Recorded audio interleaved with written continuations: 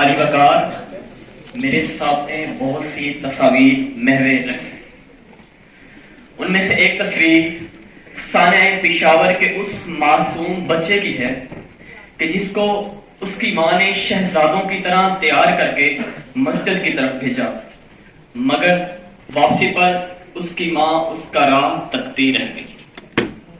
علی وقار میرے سامنے مثالیں ہیں کشمیر و فلسطین کی کہ جہاں پر بچوں کو ان کے والدین کے سامنے بے دردی سے قتل کر دیا جاتا ہے اور ان کا خون گلیوں بازاروں میں پانی کی طرح بہایا جاتا ہے.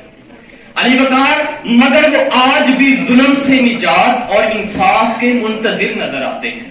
میرے سامنے تصویر ہے فلسطین کی اس 10 سالہ بچی کی جو اپنی آنکھوں میں ڈاکٹر بننے کا خواب لیے پھرتی ہے، مگر اس کی آنکھوں کے سامنے اس کے گھر کو میزائلوں کے حملے سے زمین بوس کر دیا جاتا ہے اور اس کے خوابوں کو چکنا چور کر دیا جاتا ہے.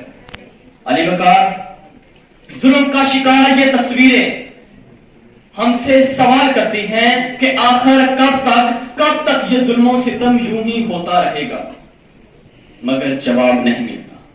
امن کے دارویدار خاموش اور تماشائی کھڑے نظر آتے ہیں اور ایک جمع غفیر چیخ چیخ کر یہ سوال کرتا ہے کتاب سادہ رہے گی کب تک؟ کبھی تو آغاز باب ہوگا، جنہوں نے بستی اجاڑ ڈالی کبھی تو ان کا حساب ہوگا.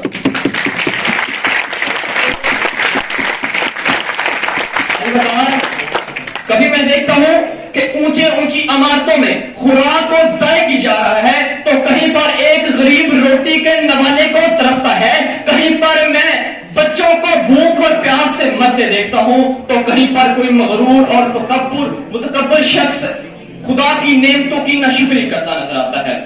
علی وقار کہیں پر کوئی مجبور زندگی کی بھیک مانگتا نظر آتا ہے. جو معاشرہ جس معاشرے میں ظلم ستم کا دورہ ہو، ناانصافی کا بازار گرم ہو، غریب کا قتل عام کیا جا رہا ہو، بے حیائی پھیل رہی ہو اور وہاں کے غریب کو ان کے حقوق سے محروم رکھا جاتا ہو، اللہ کی زمین پر اللہ کی بنائی ہوئی حدوں کو توڑا جاتا ہو، پھر وہ معاشرہ وہ زمینیں عذاب الہی کا مستحق ٹھہرتی ہیں.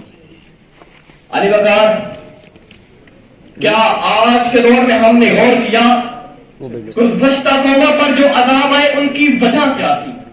کسی کو اپنی طاقت پر بہت غرور اور گمان تھا تو کسی نے نعمتوں کو جھٹلایا تو کسی نے نافرمانیوں کی حد کر دی.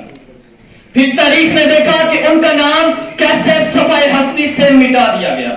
علی وقار اگر آج کا معاشرہ یوں ہی بگاڑ کا شکار رہا، ظلم و ستم عام رہا اور غریب کو اس کے حقوق نہ ملے تو یاد رکھنا یہ عذاب ان زمینوں پر آتے رہیں.